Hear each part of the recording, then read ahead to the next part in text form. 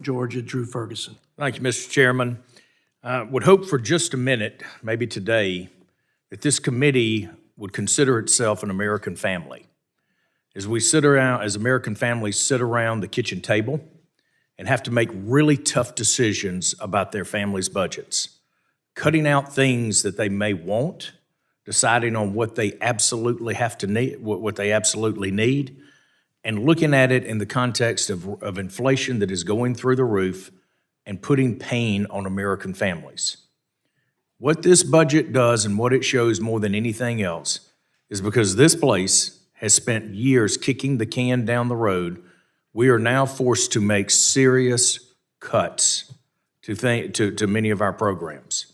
And we are very much in danger because we have lacked the political courage and the intellectual honesty across the board in Congress for many years to address two of our most valuable programs, Social Security and Medicare.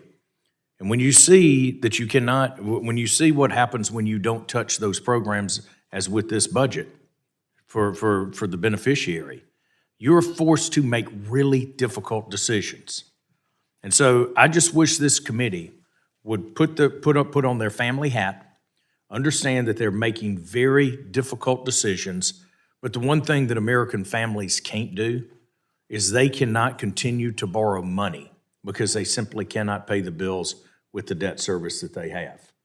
So I applaud the effort of this committee to show the American people what our priorities are, where we're having to make the tough cuts, and the realization that we cannot continue to borrow from our children, grandchildren, and great-grandchildren. And more importantly, we can't go down the road of bankrupting this great nation. This country is worth fighting for. It is worth saving. Our freedoms are vitally important.